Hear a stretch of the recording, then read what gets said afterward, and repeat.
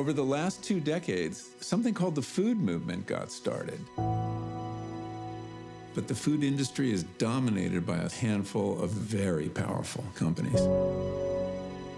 So there's a lot at stake when you sit down to eat. When the pandemic hit, the curtain was peeled back. There were whole crops being buried. At the same time, there were shortages in the supermarket. But that's not the only problem.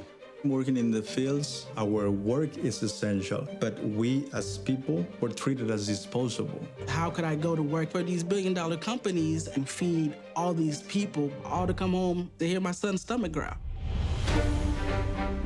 By fixing our food system, we will create health and well-being in every aspect of our lives. I want rural America to be vibrant again. That's my motivation here. They're going to say, we're not going to let some big mouth senator from Montana stop us. And so, bring it on, guys. Every one of our oysters filters 50 gallons of water a day, and our kelp soaks up 5 times more carbon than land-based plants. This is solar-powered, electrically driven, on a programmable basis. You're dealing with a crowd that does not like change. When you walk into a supermarket, there's a whole arsenal of additives designed to mislead the brain, actually interfering with the brain's and the body's ability to metabolize food.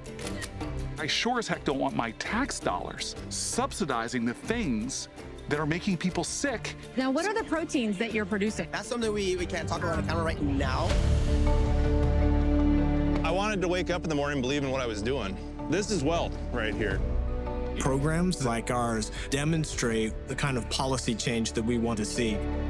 This is our chance to chart a new course. I want to see people living life, not just fighting to survive. Just imagine if the government decided to step in on the side of the consumer and the citizen. We not only can do it, we have to.